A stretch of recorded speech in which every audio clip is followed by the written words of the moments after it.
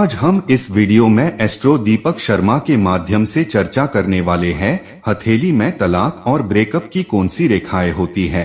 हथेली में तलाक की कोई अलग रेखा नहीं होती, बल्कि विवाह रेखा को देखकर ही वैवाहिक जीवन के बारे में भविष्यवाणी की जाती है। यह रेखा हथेली में कनिष्ठिका यानी सबसे छोटी अंगुली के नीचे हथेली के बाहर से भीतर की ओर आती हुई दिखाई देती है।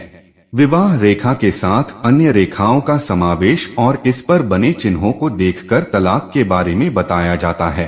हस्तरेखा विज्ञान के अनुसार हथेली में यदि विवाह रेखा चलते चलते नीचे की ओर अधिक झुक जाए तो यह वैवाहिक जीवन में परेशानी की सूचक है। यदि ऐसी रेखा अधिक उथली या अधिक गहरी हो तो निश्चित रूप से तलाक की नौबत आती है। यदि विवाह रेखा अपने उद्गम स्थान से दो भागों में चले और आगे जाकर दोनों रेखाएं एक दूसरे से मिल जाएं, तो इसका अर्थ यह है कि दंपति के जीवन में किसी अन्य व्यक्ति के कारण तलाक हो सकता है। यदि विवाह रेखा कनिष्ठिका और अनामिका के नीचे वाले क्षेत्र में दो शाखाओं में बट जाए तो या तो तलाक होता है या लंबे समय तक पति पत्नी में बातचीत बंद रहती है। यदि किसी व्यक्ति की हथेली में विवाह रेखा के आरंभ में 2 या 3 शाखाएं निकल रही हो तो उस व्यक्ति का प्रेम संबंध या विवाह टूट जाता है।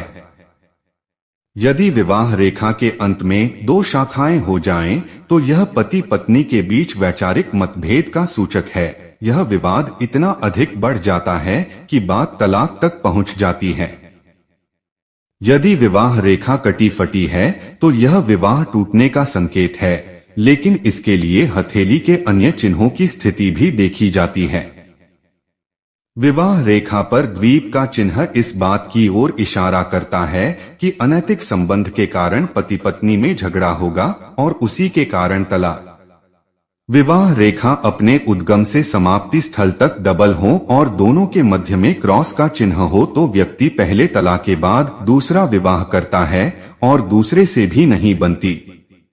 यदि इस प्रकार आपकी जीवन रेखा पर लाइन कट कर रही हो तो पति पत्नी के बीच अनबन होने की संभावना होती है या उसे अपने किसी करीबी से धोखा मिल सकता है। हथेली में आप अपने शुक्र पर्वत को भी देखें। यदि आपका शुक्र पर्वत अच्छा है तो आपका वैवाहिक जीवन ठीक होगा, इसमें कोई संदेह नहीं।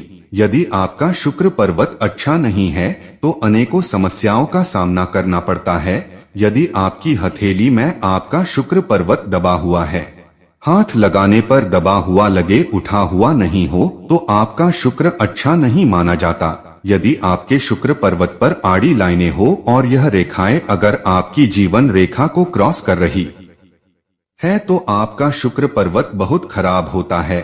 यह रेखाएं होने पर ब्रेकअप और तलाक जैसी नौबत देखी गई है। यदि आपका शुक्र पर्वत उठा हुआ है और हाथ लगाने पर गद्दे जैसा उभरा हुआ है तो आपका शुक्र अच्छा होता है। अगर आपके शुक्र पर्वत पर इस प्रकार खड़ी लाइन हो तो यह बहुत शुभ होता है। आपके शुक्र पर्वत का कलर यदि गुलाबी है तो काफी अच्छा होता है। व्यक्ति के जीवन में अपनी पत्नी से प्रेम और स्नेह अच्छा मिलता है। आगे चलते हैं और चर्चा करते हैं आपकी हृदय रेखा के बारे में। यदि आपकी हृदय रेखा टूटी हुई हो या हृदय रेखा को छोटी रेखाएं काट रही हो तो व्यक्ति के जीवन में अनेक समस्याएं सामने आती है। इसमें ब्रेकअप जैसी समस्या भी देखी गई है। यदि आपकी हृदय रेखा साफ सुथरी हो और इस रेखा पर कोई क्रॉस ना हो और नहीं यह रेखा टूटी हुई नहीं होनी चाहिए और यह रेखा साफ सुथरी बिना कटे फटे आपके गुरु पर्वत तक जाती है तो यह काफी शुभ होती है। यदि आपका चंद्र पर्वत उभरा हुआ है और यहाँ से एक रेखा निकलकर सीधे जाकर आपकी हृदय रेखा पर जाकर रुक जाए तो यह काफी शुभ होता है। इस प्रकार से अगर आपकी हथेली में इस प्रकार अगर कोई रेखा हृदय रेखा पर रुक जाती है तो ऐसे व्यक्ति का प्रेम विवाह भी हो सकता है और इस प्रकार की रेखा वाले व्यक्ति का अपनी पत्नी या प्रेमिका से काफी लगाव होता है।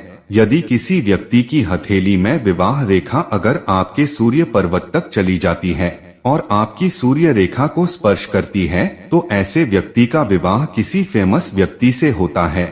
आप जिस व्यक्ति से शादी करते हो वह व्यक्ति गवर्नमेंट जॉब में होता है या कोई नेता या मंत्री भी हो सकता है। जय श्री महाकाल। एस्ट्रो दीपक शर्मा को सब्सक्राइब करना ना भूले।